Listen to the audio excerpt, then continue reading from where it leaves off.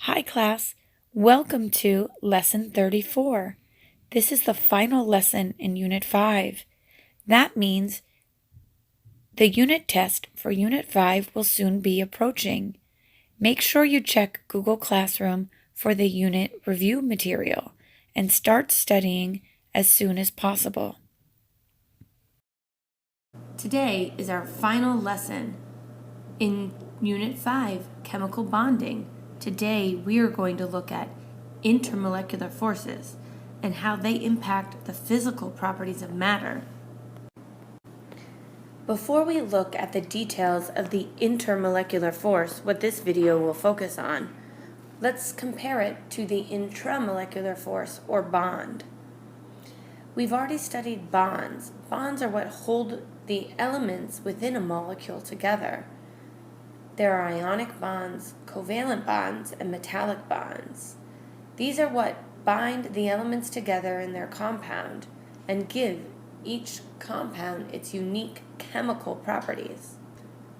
But today, we are going to be looking at intermolecular forces, also known as IMF. We've looked at these before. These are the forces that are between molecules. They are what allow molecules to mix together and to hold them in their states of matter. These influence the physical properties of matter, again, like solubility, melting point, and boiling point. Recall that in the beginning of chemistry, we learned that gases have no intermolecular forces, at least ideal gases. Liquids have moderate intermolecular forces.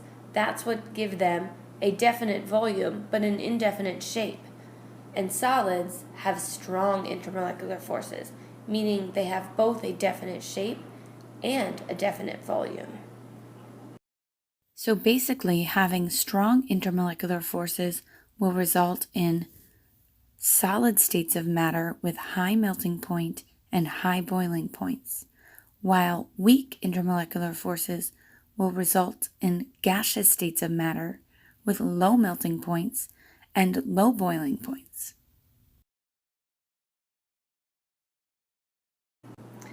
As you watch the video, you can take notes in this chart in the handout provided.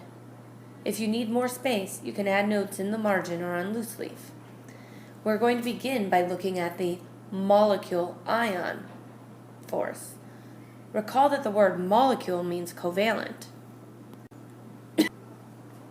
The molecule-ion intermolecular force is what explains why ionic compounds are able to dissolve in polar water. As you can see in this image here, recall that water is asymmetric. Since water is asymmetric, we know that it is polar. Water has partially charged ends. You can see the lowercase delta here representing the positive ends where the hydrogens are and the negative end where the oxygen is. This is because oxygen is more electronegative than hydrogen, and in the entire water molecule we have an uneven distribution of charge. This charged water molecule allows water to surround and attract oppositely charged ions. So notice in this image, the positive charged sodium ion from an ionic compound will be attracted to the negatively charged end of the water. When seeing if molecule-ion forces exist, they'll always exist in an ionic compound, which would be between a metal and a nonmetal, in the aqueous state, because aqueous means water. Water is H2O. So it is important that you are able to identify the proper orientation of water relative to an ion.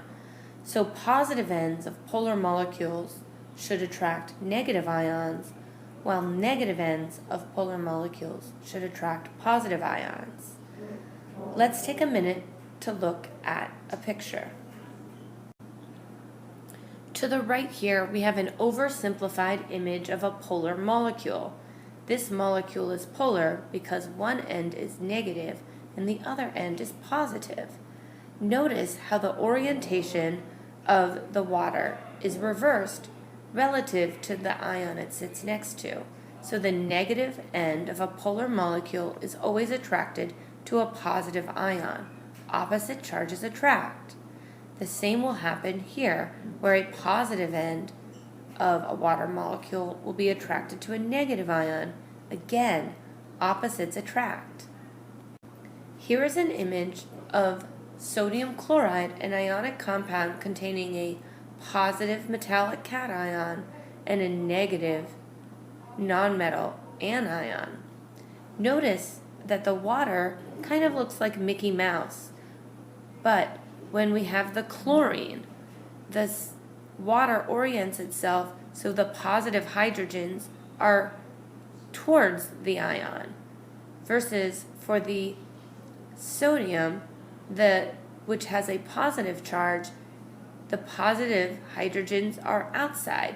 Notice the orientation of the water. You may be asked to draw water in its correct orientation, facing hydrogens in towards a negative, or facing hydrogens out away from a positive. Remember, opposites attract and like repel. The next force we are going to look at is called a dipole-dipole force. Recall that the word dipo just means polar. So a dipole-dipole force is a force between two polar molecules. Polar molecules have this force, and nonpolar molecules do not. Again, with a simplified image of a polar molecule, you can see that the molecules are arranged to maximize opposite charges attracting. Notice the negative is attracted to the positive, and to minimize like charges repelling. Here you can see the intermolecular forces are drawn with a dashed line. They are not drawn with a solid line like a bond, as bonds are stronger and more permanent than intermolecular forces. Intermolecular forces hold items together. The more intermolecular forces, the higher a boiling point will be. So if a molecule is polar, it will always have a higher boiling point than a molecule is nonpolar, because the polar molecule has more intermolecular forces. In these two examples, you are asked to find which of the pair of molecules will have a higher boiling point. Here, we have to look for the polar molecule. Recall the abbreviation SNAP. If a molecule is symmetric, it will be nonpolar, and if a molecule is asymmetric, it will be polar. The asymmetric molecule will always have a higher boiling point. Here, our molecules are drawn out. You can see that there is symmetry with fluorine, so it is nonpolar, and there's asymmetry with hydrochloric acid, so it is polar. The other way to look for symmetry is we can evenly divide 2, the last subscript of fluorine, but we cannot evenly divide 1, the last subscript for hydrogen chloride, so the higher boiling point always goes to the polar molecule. Can you figure out which molecule below will have a higher boiling point? Remember, the polar molecule always has a higher boiling point. Hydrogen bonding is the next intermolecular force we will look at. Hydrogen bonding is really tricky because it has the word bonding in it.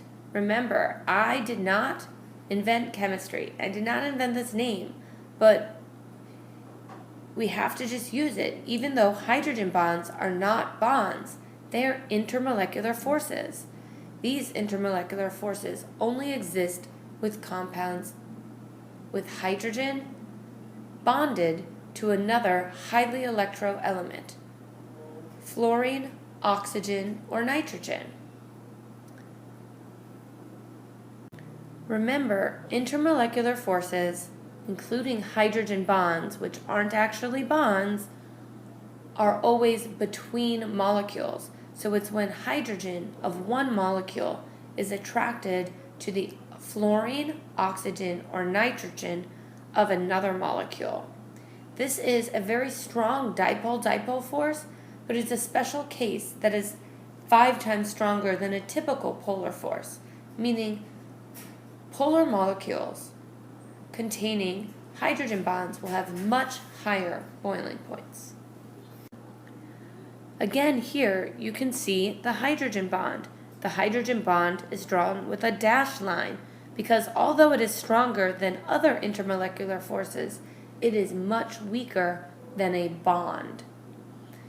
The hydrogen bond, notice, is between the hydrogen of one molecule and the fluorine of another molecule. The bonds holding the molecule together are in solid lines, and the intermolecular force is with a dashed line. This force exists because hydrogen has a low electronegativity compared to fluorine, which has a very high electronegativity. These charges attract because they are opposite. Hydrogen bonds are responsible for many of water's special properties. Water forms drops if you ever look at it. Not only does it form drops, but it attracts other molecules. The capillary action due to water's hydrogen bond explains how water pulls itself up through a plant. Plants don't have muscles. Notice that, again, this intermolecular force exists between the hydrogen of one water molecule and the oxygen of another. Again, intermolecular forces are shown with a dashed line. Hydrogen bonds always increase the boiling point of a substance. You can see here that we have some bonds where various elements are bonding down the group. Notice that the more electronegative element is constant. Now, we also notice as we go down the group and the mass of the elements increase, their boiling points increase. But we can see that these 3 compounds have uncharacteristically high boiling points. Their boiling points do not conform with the trend.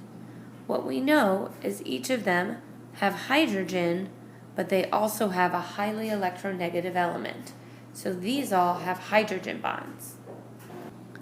So again, look very closely at each set. Here, the first set of data points involve hydrogen bonding with elements in period number 1. As we go across the period, the boiling point increases. As we move along the line, again we have hydrogen, and these are bonding down group 14. The next line we have bonding down group 17, down group 15, and down group 16. So each line represents how hydrogen bonds down a specific group. As we bond hydrogen with bigger and bigger elements, the boiling point increases. But the hydrogen bonded with these period 2 elements is still uncharacteristically high because of hydrogen bonding. The last force we're going to talk about is called a dispersion force, or a vanderwall force. This is a very weak and temporary force, and it's found in every single molecule. This explains why molecules that are nonpolar can exist as liquids or even solids. The most important thing to remember about the dispersion force is that it increases with increasing number of electrons, or molecular size. So we have two forces that we have to talk about in dispersion forces. The first force is called the instantaneous dipole. Remember, dipole just means polar. So a nonpolar molecule is nonpolar because it evenly distributes its charge. And in particular, we're talking about its electrons. Look at this atom who has its electrons evenly distributed throughout. But electrons are in constant motion, and it could be that in an instant, for no reason at all, just because it's a coincidence, the electrons can travel to one side of the atom. That creates an instantaneous, temporary dipole. That means the side with the electrons will be negative, and the side without will be positive. Atoms and molecules are so tiny they usually exist around other atoms and molecules. So, if an atom or molecule becomes temporarily polar due to this movement of electrons, its charged particle, the negative end, can repel its neighbor's electrons away, thus making its neighbor polar.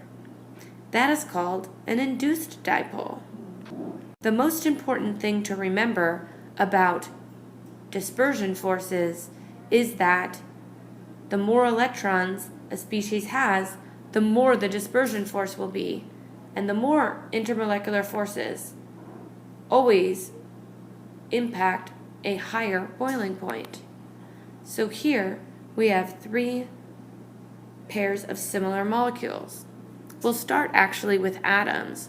We know all atoms are neutral as the number of protons equal electrons. These two are both noble gases.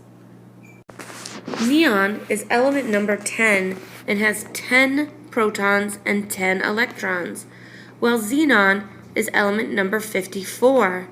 It has 54 protons and 54 electrons. So the more electrons, the more dispersion force. That means xenon will have a higher boiling point than neon because it has more electrons.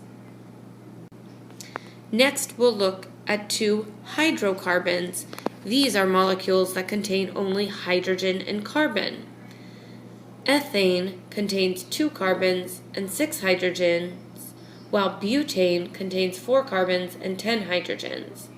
To find the one that has the more dispersion force, find the one with more atoms, because then we'll have more electrons. Butane has a higher boiling point than ethane. Can you find which alcohol has a higher boiling point? Remember, the more atomic mass, the more the boiling point will be because there'll be more dispersion forces. You can see from this graph here that as we increase molecular weight, we increase boiling point as we increase intermolecular forces. Here is a nice review of intermolecular forces and intramolecular forces. This concludes lesson number 34, the final lesson in Unit 5, Bonding. Make sure you bring your questions to class. See you soon.